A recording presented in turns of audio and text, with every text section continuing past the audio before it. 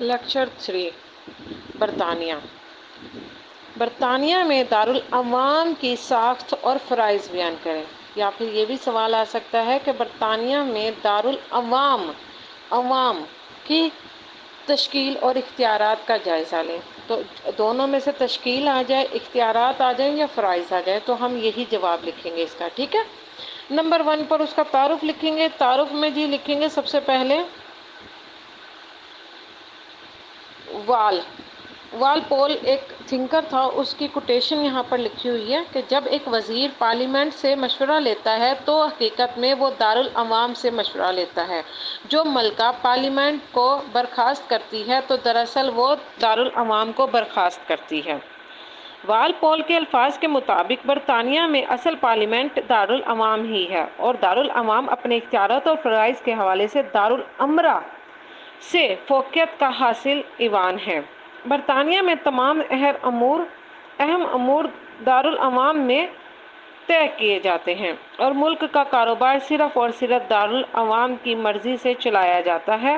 دارالعوام برطانیہ کا ایوان زیریں 2 نمبر پر ہونے کے باوجود مؤثر ترین ایوان ہے۔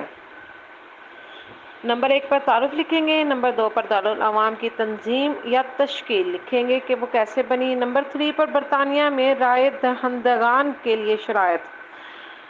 نمبر 4 پر امیدوار کے لیے شرائط کون سی ہونی چاہیے۔ نمبر 5 پر دارالعوام کی میعاد یعنی کہ کتنے عرصے کے لیے ہوتا ہے۔ نمبر 6 پر دارالعوام کے اختیارات اور فرائض۔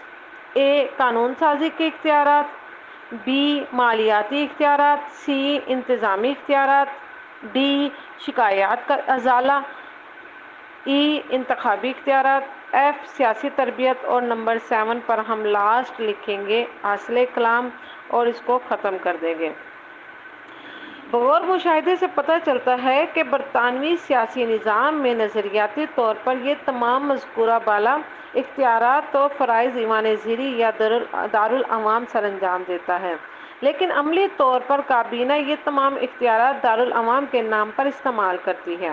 دراصل برطانیہ میں جماعتی نظام اس قدر منضبط ہو چکا ہے کہ دارالعوام کو حکومت کی تمام پالیسیوں کی ہمیشہ حمایت کرنی پڑتی ہے، ورنہ کسی بھی دوسری شکل میں پورے ایوان کو کابینہ سمیت مستعفی ہونا پڑتا ہے۔ مستعفی یعنی کہ استعفیٰ دینا پڑتا ہے۔